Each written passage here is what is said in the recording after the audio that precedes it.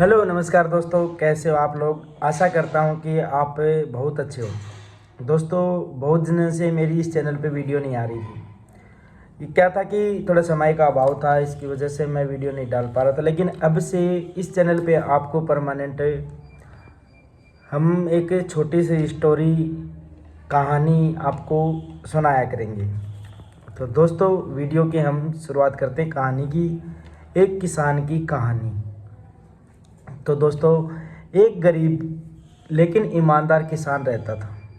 वह हर कदम पर सच्चाई के मार्ग पर चलता था, चाहे वह खेती हो या काम हो या फिर पड़ोसियों के साथ उनका व्यवहार हो, वो हमेशा अपनी ईमानदारी से करता था।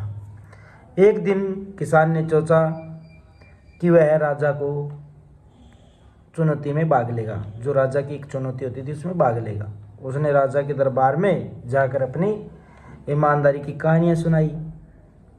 उन्होंने बताया कि कैसे उनके खेत में पाए गए सोने को उसके मालिक को लौटा दिया था। यानी कि एक बार क्या हुआ था कि उस किसान को, जो किसान था, उसको सोना मिला था उसके खेत में, लेकिन जिसका था उस मालिक को उसने वापस कर दिया था।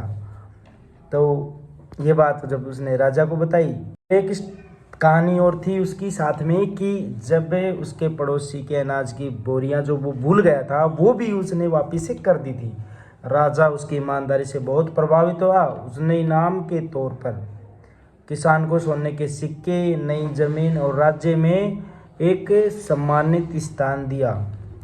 और राजा ने यह भी आश्वासन दिया कि उनकी सच्चाई और ईमानदारी की चर्चा पूरे राज्य में की जाएगी। इस घटना से जो बाकी के लोग थे उनको एहसास हुआ कि ईमानदारी और सच्चाई का एक महत्व है, उसका एहसास करवाया गया।